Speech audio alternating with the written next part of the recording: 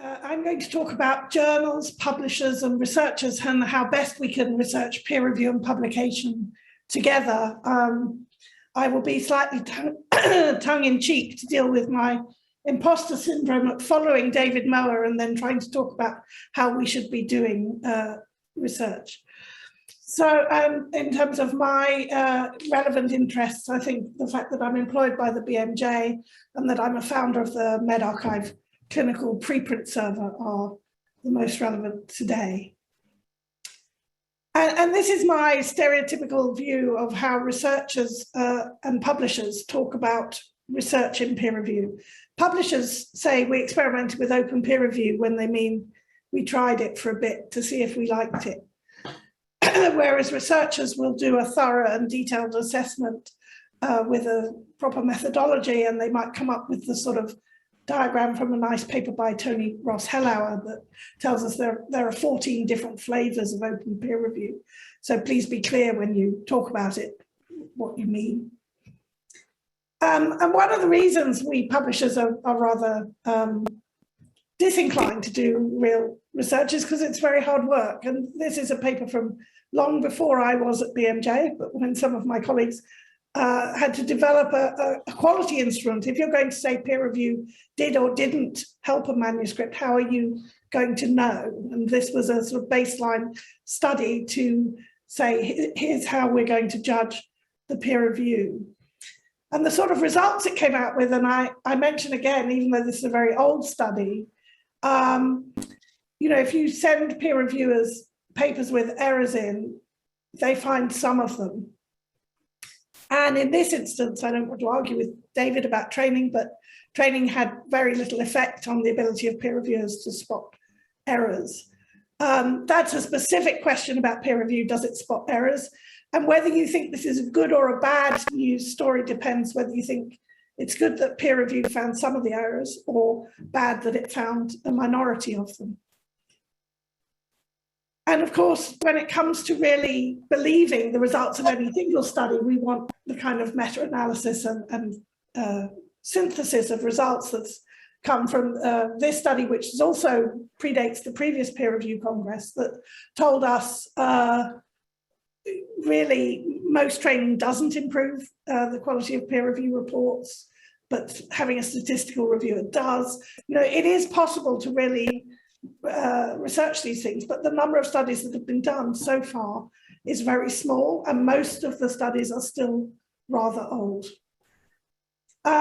Meanwhile, at the BMJ, we do have open peer review of a flavour. We post the full peer review history of an article, including the reviewer's identities, but we only do this for accepted articles. And we also have post-publication peer review. And we do that because the research suggests it isn't any worse than the other variety, and we think it helps with conflicts of interest and other issues. But again, it's a combination of what the research shows and what we kind of feel is the case. Switching to talk about medRxiv, which has been mentioned, so I think people know it's a preprint server owned and operated from Cold Spring Harbor Laboratory, but managed in partnership with BMJ and Yale. Which happened to launch, it came out of very vigorous discussions at the last peer review congress, but launched just before the pandemic took off, really. And so it has been very prominent in the pandemic. And we launched not as a research project, but as a service. And so we haven't done the research, but luckily others have, who then they have looked, for example, at the different quality of reporting between preprints and the published research article that followed them, and come up with very detailed findings.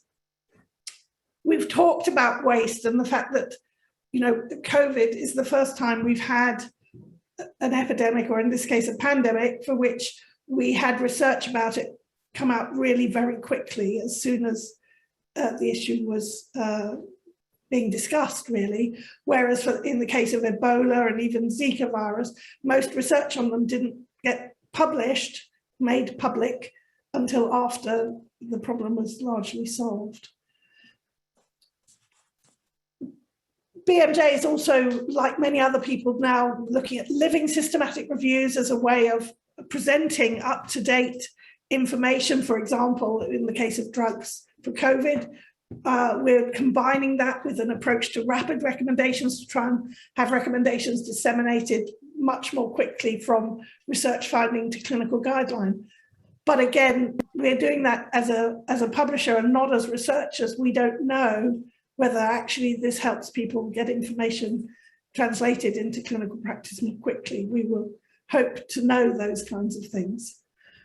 And I suppose part of the struggle is when, you know, for me as not a researcher in this field, when I try to read a study protocol for methods of the conduct and reporting of living systematic reviews, and I'm looking at a protocol for the methodological survey for the methods of reporting systematic reviews, I need to get my head into a different space from my usual publishing job to be able to really participate in that. All of which is really a way of saying I think it all works better when publishers and researchers work together. At BMJ, we're very lucky. We work with a researcher who is entirely interested in these issues, Sarah Schroeter, who I hope will be able to present at the Congress, and she helps run a PhD program where people are studying exactly these sorts of issues. But like many of the journal editors, we face lots of problems about confidentiality agreements, technology issues. How can we allow researchers to study more than one journal at once at different publishers and so on? So I think it's a plea for us to work together to bring the strengths of both groups to give us the best results. And I really look forward to seeing all of that outcome of that sort of research at the next peer review congress. Thanks very much.